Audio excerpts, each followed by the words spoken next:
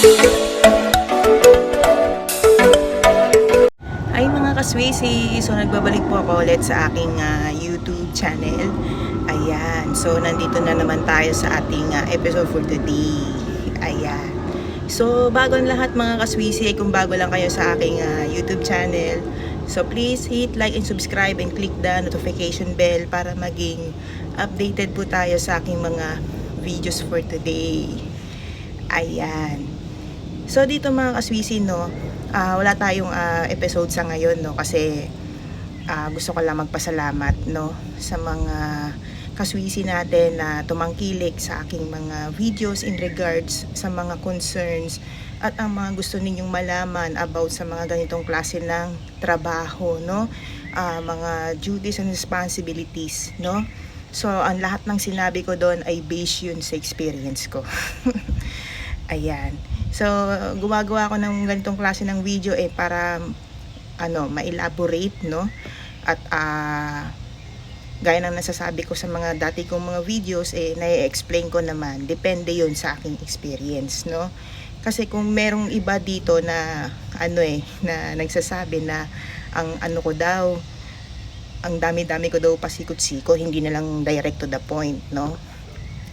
Ako kasi mga kaswisi, kapag gumagawa ako ng video in regards sa mga episodes natin, no, mapa sales clerk, cashier, warehouse clerk, warehouse man, ganyan, inventory clerk, stockman, ganyan, receiving clerk, ganyan, o naman ang klase ng clerk, no, mga kaswisi.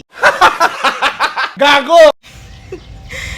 At syempre, yung bilang pagiging OFW ko, mga kaswisi, bilang domestic helper, previously, no, from Malaysia, ngayon ay nandito naman ako sa bansang Hong Kong, no.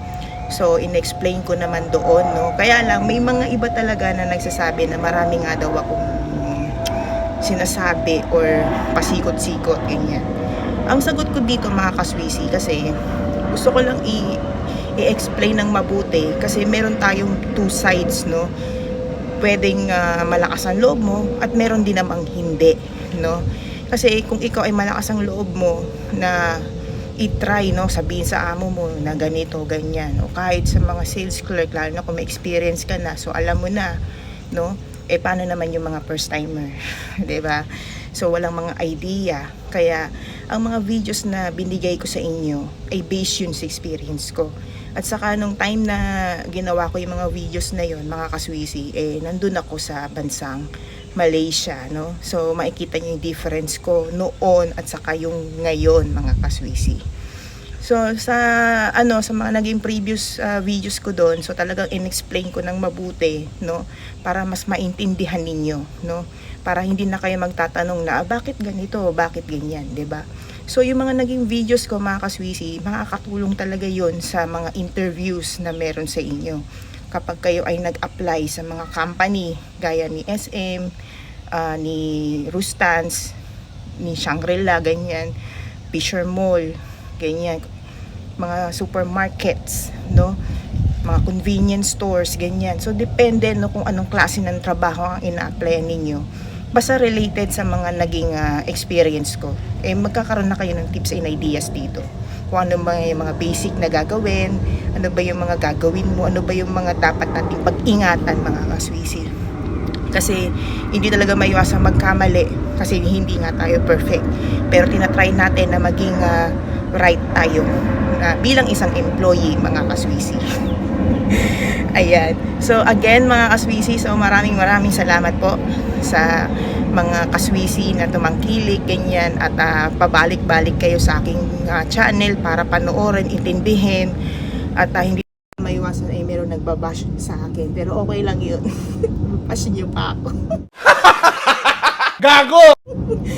Ang importante dito sa akin, mga kaswisi, nakatulong ako sa inyo, at the same time, alam mo yun, is a privilege para sa akin na, alam niyo yun, napapansin na ninyo ako, ganyan, naalala ninyo ako, ganyan, mini-message niyo ako, dinidm niyo ako sa aking Facebook account, ganyan, sa mga sa mga social media platforms na meron ako.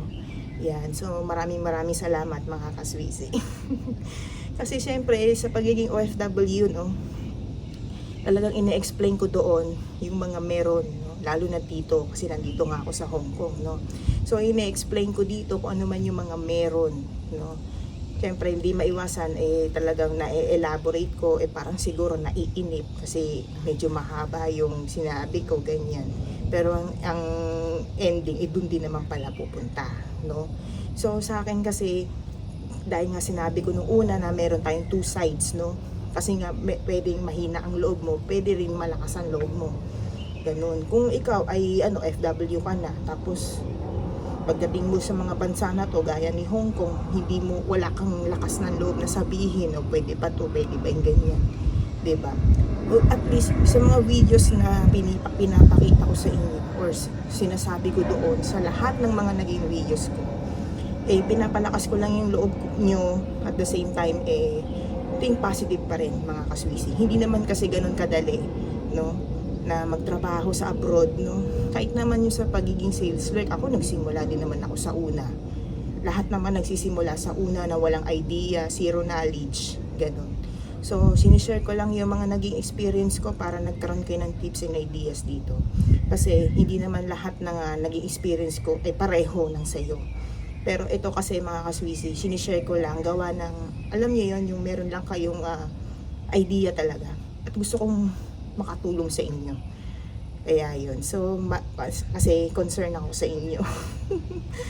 Kaya yun. So, hanggang dito na ako mga kaswisi. No? Maraming salamat po sa mga nag-DM sa akin na nang dahil sa mga videos ko ay nakapasa sila, ganyan. Nag-i-start na sila ngayon, ganyan.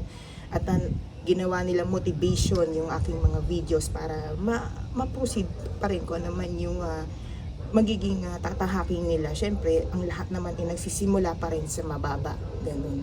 Siyempre, di natin marireach yung ganitong klase ng, pangarap natin kung hindi natin dadaanan yung mga ganitong klase ng challenges.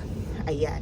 Kasi hindi lang naman kayo ang nakaka-experience ng mga challenges na to. Kasi kung hindi sa mga challenges na to, hindi kayo magiging strong. Yan. Yung experience natin mga kaswisi, ito yung magbibigay sa atin ng knowledge, experience, at lesson learned, no? Kasi nga, hindi nga kasi tayo perfect, no? So, lagi niyo tatandaan itong motto ko, yan, tandaan niyo yan. Yan, tandaan niyo yan. Yan lang ang masasabi ko sa inyo. Ayan, so hanggang dito na lang ako mga kaswisi.